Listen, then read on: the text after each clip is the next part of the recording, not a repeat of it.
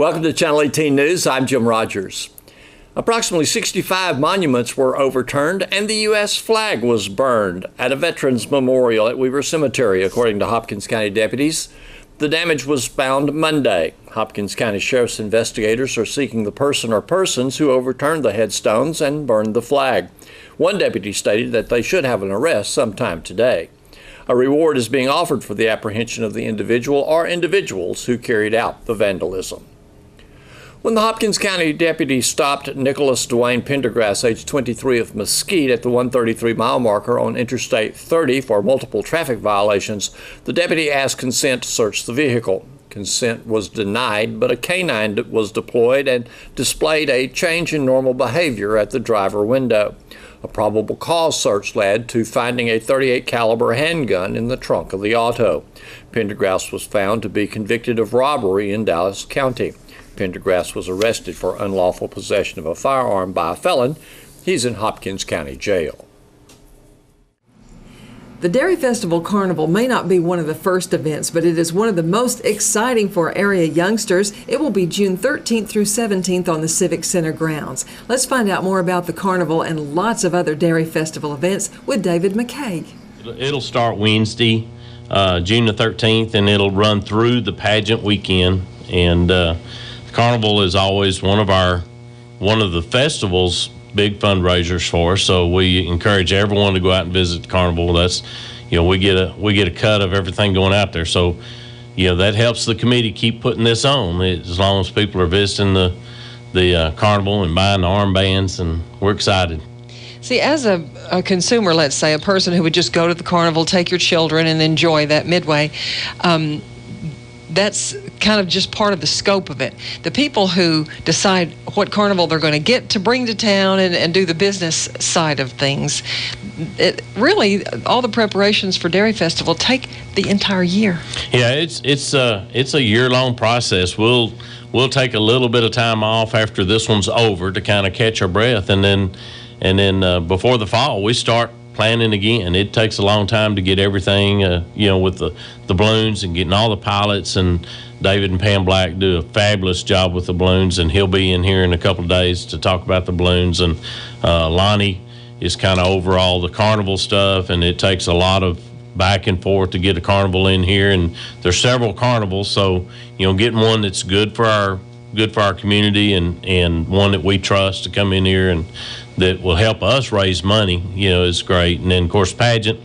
Everybody looks forward to the pageant, and we have our standbys. Linda and Pat have always done the pageant, and they're fabulous pageant ladies, as we call them. And so, it's going to be a great week. We're really excited about it, but it's going to be here on us. Real quick. Before we can turn around, in fact, this coming Friday, I think, is kickoff day. Yes, this Friday. We start Friday morning with a media flight, early Friday morning. So the media will come out. KSST will be out there, the News Telegram, the Front Porch News. They'll all come out, and they'll have an opportunity, if the weather permitting, they'll have an opportunity to go up in the balloons Friday morning. We'll have a few of the select balloons come in Thursday night, and they'll go up Friday morning for the media, and then the rest of them will come in on Friday, and Friday night is our kickoff night. It'll start with the balloon rally Friday evening, and go from there. We'll have big ice cream freeze off, everything. Everything will be happening in relation to that at Shannon Oaks, which you are closely associated with, and it's a beautiful place to hold it. That's great. We have been blessed at Shannon Oaks to have, we have roughly 40 acres, and the back part of our property it has worked out perfectly for this, and for those of us at Shannon Oaks, we're thrilled to get to host it. But it's a great festival. People look forward to the balloons. The balloons are something that, we've had. We can't, every year we kind of go back and forth on how many years we've had the balloons, because I don't think anybody ever wrote it down. And most of us are getting old enough we can't remember what happened last year, much less. So you've been on the board about 15 years. Yeah, I was off for a few years while my daughter was in the festival, but for roughly 15 years or so, I've been involved with the Dairy Festival as a board member. And have you been involved with balloons all that time, or I have. I started helping with the balloons the first year they were here, and I've had. So we're marking maybe like 15 years. Well, I think I was here before the balloons actually started, but it could be. It's somewhere roughly around the time that the balloons started. So, yeah, it's 15 years. We were kind of discussing that, and we're somewhere around 15 years, give or take a year or two. Well, we're going to come back to Carnival news before we finish our interview, but let's just kind of tell the newcomers where things will be placed. So the ice cream freeze-off and the balloon glow and rallies will be at where? The balloon glow and rally will start Friday evening at Shannon Oaks. All weekend long, we'll have the balloons on Friday and Saturday. We'll have balloons Saturday morning. We'll have the ice cream freeze-off Saturday late afternoon there at Shannon Oaks, and then the balloons again Saturday night. Also on Saturday morning, we'll have the parade that will start at Buford Park, and it'll make its normal parade route down Conley to the square and then out to the shopping center on Broadway. Then that afternoon, we'll have our milking contest, which is always fun to watch. If you've never come out and watched the milking contest, you need to come watch it. It's a lot of fun. The girls compete, their parents compete, and then there's this challenge among the balloon pilots. They complete milking. Some of those guys, they'll do anything to win. So it's quite fun to watch. That's really a taste of Texas for hot air balloon pilots, and who'd ever thought they would find our little place in Texas where we milk cows, and they kind of stand in line, I think, to be able to come to our event. Yeah, it's funny. Our balloon rally is one that they love to come to. We really promote safety, and we don't push them to fly. Now, they all love to fly, but there's a limit, and it's a relaxed atmosphere. They come because this one is fun for them. There's no pressure on them. We have people in line. I mean, we have people that David has to turn away every year because everybody wants to come here. And we can only accommodate so many balloons? Right. We're kind of limited in that 30 to 35 range, and I think we have 33 this year is where David cut it off, maybe 34. We've tried to kind of keep it at 30, and every year we end up, we'll add one or two here, but it really, the limit is somewhere in that 30, 35 range. That's a lot of balloons, even for that area that we have behind the church, which is a pretty good size area, but it takes a lot of room for a balloon to get up and take off. One of the things that amazed me at first was that it seems like, okay, we're going to be able to fly this morning because it feels great out here, but up there it may not be the same exact kind of weather or wind speed. That's right, and David will touch on all this. So David Black, when he comes in, he'll tell all the ins and outs, but yeah, what we feel on the ground is certainly not necessarily what happens up in the air, and it's like, they always say, just remember, we don't have steering wheel or brakes. So the weather dictates whether they get to fly or not, and even though it's really nice on the ground, it may be really fast winds up a little bit higher. So, in touching again on location, so the kickoff day for Dairy Festival, ribbon cutting and all, is at 12 noon. Where? That would be on the square.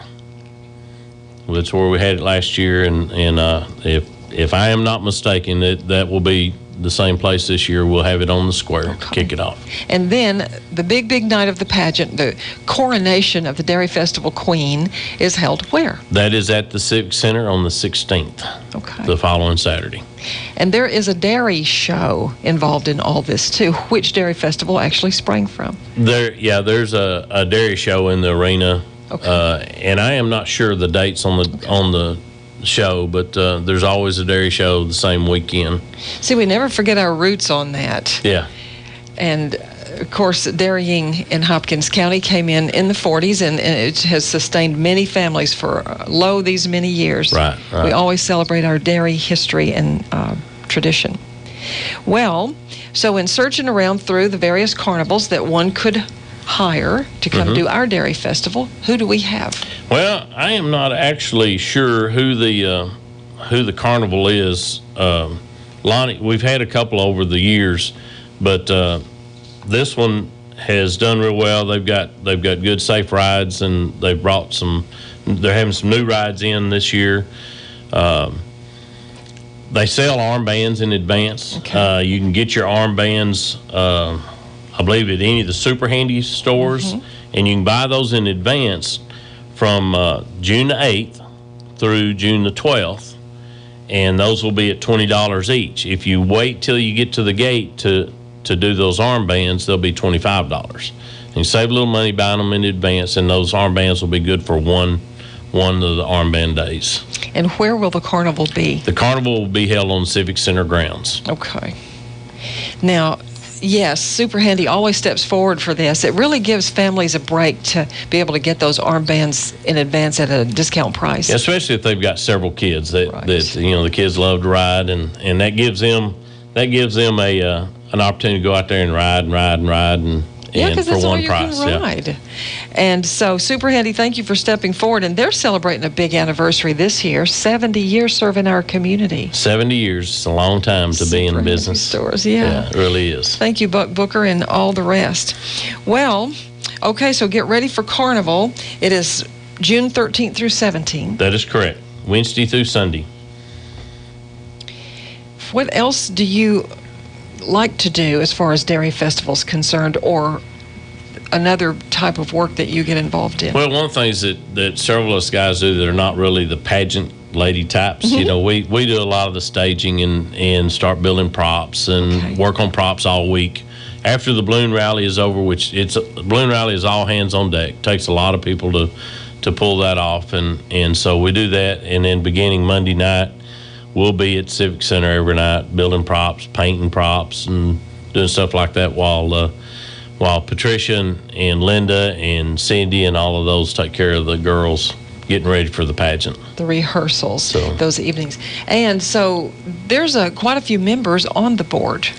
Yeah, I'm not sure exactly how many. We've got somewhere probably in the neighborhood of 18 members on the board. It's a great board. We've got, we range in ages from 20s to, I'm not going to say what the other end is. There'll be a few of the ladies to not be happy with me, but we have a wide range of ages, wide range of talents, just people that are very willing to serve. And, like I say, every year we promise them a raise in their salary, we'll double it sometimes from 0 to 0. But, yeah, it's a great committee to be on. We've enjoyed the Dairy Festival. I've been involved in the Dairy Festival for a long time. 25 years ago, my two oldest children, my daughter and my son, were both little kids in the Dairy Festival, and then my youngest daughter was in the festival when she was a junior in 2012. So it's been a long time for me and for our family, but Dairy Festival is something we're very proud of and enjoy doing it. See, that speaks well, because this board and this involvement in Hopkins County Dairy Festival is something that people stay with for a long time because it brings enjoyment. There's lots of hard work and long hours during certain parts of the year, but it's enriching. That's true. And we have former queens on our board. They seem to come back, and the one thing that we always hear from the girls that were in Dairy Festival is they tell the new girls that you will make friends that you've never had, close friends. You'll have memories that you'll never forget, and that it's always a lot of fun. We stress this is fun. It's the girls are in a competition, but it's fun. The fun is more important, and the memories they make are more important than actually who wins. It's been going on since 1959, and its roots were earlier than that. We have just a minute or two to talk. When a specific girl, as nominated by the group of dairymen in Hopkins County in its earliest days, they would nominate a girl to represent the dairy industry that year. So she was the Dairy Queen. And so Linda Hager had that privilege to be named. She was just in her classroom in high school, and someone knocked on the door and came in and said that she had told her that she'd been selected. So it was quite an honor, but that was before we had a pageant such as we have now. That's correct. Yeah, and of course we were looking earlier in Sunell Rogers was our first official pageant winner in 1959, and she will be in the parade next year, representing Dairy Festival on our 60th anniversary. And so we're excited about that. Sonny's excited about that, so she's already talking about finding her ride and stuff now for next year's Dairy Festival parade. So it's a good thing, and people remember it for a long time. Well, to quote another Matthews, there's something good here when we have this kind of history that is ongoing. That's true. Thank you, David McCaig, for coming in, and we will see you at the Carnival as part of Dairy Festival. Absolutely. We'll also be seeing you out at Shannon Oaks with all the things happening. Yes, ma'am. Wildcat Varsity 7-on-7 travels to Pleasant Grove for games tonight. 3 30-minute games were played. There will be no halftime. There will be 10-minute breaks between each game. The Wildcats face Mount Pleasant at 6 o'clock on Field 1. Texas High and Pleasant Grove are on Field 2. At 6:40 on Field 1, the Wildcats play host to Pleasant Grove, while Mount Pleasant and Texas High take to Field 2. The evening ends with a 7:20 start for Game 3 on Field 2 for the Wildcats and for Texas High. Pleasant Grove and Mount Pleasant are on Field 1 for the final game. 7-on-7 football provides an opportunity to continue the development of pass and receive, as well as skill development for defensive backs. Touchdowns count for 6, extra points for 1 if they do not try. If they do try from the 10-yard line, it's a 2-point try, and interceptions count for 3 points. We hope to have the results for you tomorrow on the news. Thanks for watching Channel 18 News. Have a great evening. With great humbleness, I am honored to be elected to the 3rd term as a council person, and now tonight from my peers to select me as mayor of this great city for a new term.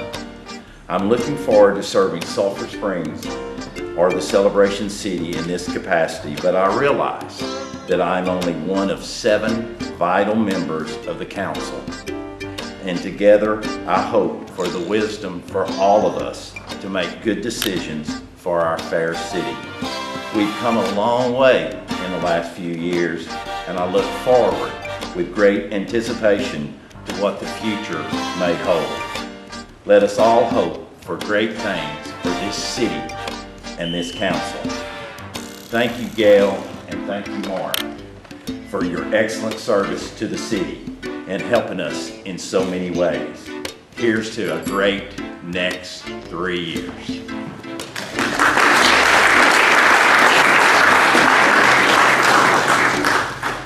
Kim.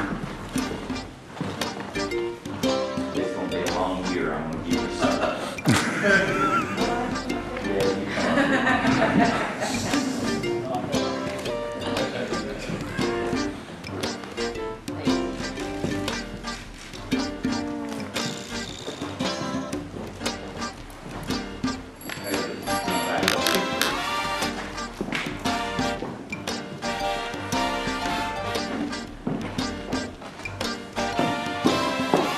I want to tell you what an honor and privilege it's been to serve you for the last 6 years.